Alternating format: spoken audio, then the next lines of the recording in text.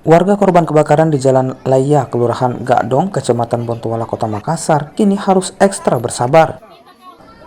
Tak hanya kehilangan harta benda, mereka juga kini harus antre demi menerima bantuan. Antrean dilakukan setiap hari saat sore tiba.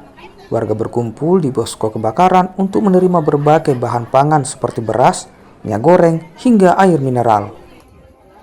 Bantuan sendiri datang dari berbagai kalangan. Tak hanya bahan pangan, warga juga antre demi mendapatkan pakaian layak pakai. Bantuannya tuh kayak begini, Kak, sembako sama alat-alat masak. Karena biar lagi ada sembako, kalau nggak ada alat masaknya tuh nggak ada ya. Iya, Kak. Lagi ya pakaian apa semua? Ya pakaian juga. Pakaian itu saja, Kak. Ini sudah dapat bantuan apa saja?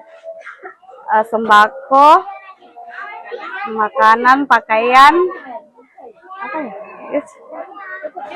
Sama tikar, Kak, perlengkapan mandi juga.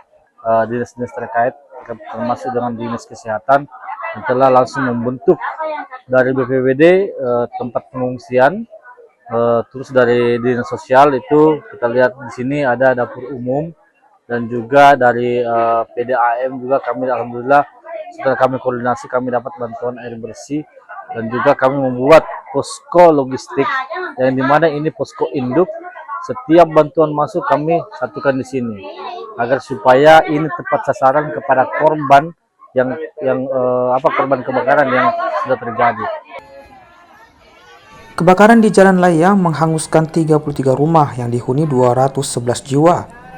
Saat ini sebagian besar korban kebakaran bertahan di lokasi pengungsian. Nila Rustam, Kompas TV, Makassar, Sulawesi Selatan.